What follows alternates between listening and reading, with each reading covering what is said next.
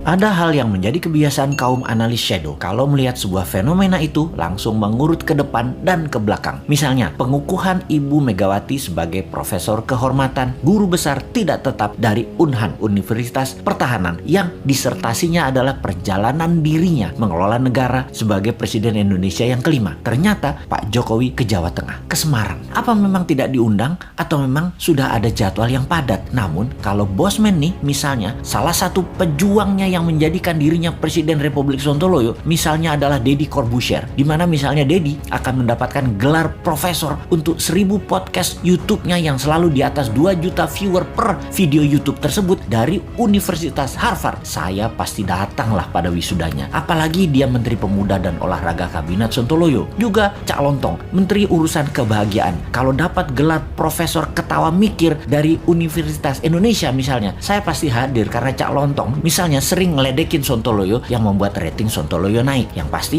masyarakat bahagia jadinya. Ya pasti akan hadir lah si Bosman ini. Rocky Gerung misalnya dapat gelar Profesor Akal Sehat, juga Menteri Pendidikan dan Budaya Akal Sehat, pasti Bosman hadir. Namun di acara Ibu Megawati dikukuhkan sebagai profesor, mudah-mudahan memang Pak Jokowi tidak diundang seperti Pak Ganjar gak diundang di acara PDIP Semarang gitu ya.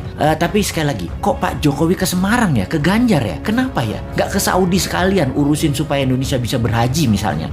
Gini nih yang bikin repot kalau menganalisa geopolitik dalam negeri. Banyak selamuran data alias data yang benar dan yang tidak benar, nggak tahu bedanya karena diselamurkan oleh tim siluman yang namanya buzzer. Kita lanjut bertanya, apa ini kode bahwa PDIP punya arah hanya Mbak Puan 2024, di mana PDIP tidak ingin jabatan presiden 3 kali tetapi istana pengen 3 kali, atau kalau 2 kali kalau bisa Ganjar dan Gibran calonnya? Begitu ya, beda arah ini kayaknya istana dengan PDIP. Oke, paling aman gini nih, bikin 3 kali Pak Jokowi presiden, Mbak Puan wakilnya. Wes, top markotop iki, menang pasti. Bagaimana dengan komentar ini? Bosman komisaris apa bos? Tapi sudahlah, bukan urusan kita juga ya, masih lama 2024 itu. Corona masih berkuasa saat ini. Lebih baik kita pertanyakan kok belum pasang war mode untuk virus corona dan mutasi-mutasinya tersebut. Masih pandemik pendekatannya, bukan war approach yang secara penanganannya kalau war approach yang dipakai beda banget dengan pendekatan pandemik. Mudah-mudahan paham dengan apa beda war approach dan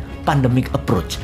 Jangan sampai nggak paham pejabatnya, karena memang bahaya mengangkat pejabat yang nggak ngerti bernegara. Ngertinya ngumpulin massa untuk mempopulerkan seorang tokoh, lalu dapat gaji bulanan sebagai pejabat publik. Kaum New Mind banyak mengingatkan bahwa coronavirus bukan nature-made disaster atau bencana alam, tetapi man-made disaster, sebuah petaka ciptaan manusia. Berapa kali kita jelaskan bahwa virus ini diperkaya di laboratorium biologi. Berapa kali kita informasikan bahwa di tahun 2017, 2018 tes tool COVID-19 sudah terjual habis bahkan sebelum virus disebarkan. Sudah lebih dari 6 kali video dan tulisan Bosman di berbagai sosial media di take down begitu menggunakan istilah nama strategi untuk menyelesaikan COVID. Mungkin video ini pun akan terkenal lagi di take down karena akan membuka rahasia dengan code name White Dragon dan Black Dragon. Begini sahabat, apa itu White Dragon dan Black Dragon? Sebentar, gue celingukan lihat kiri kanan ngecek ada shadownya globalis sama shadownya Black Dragon nggak nih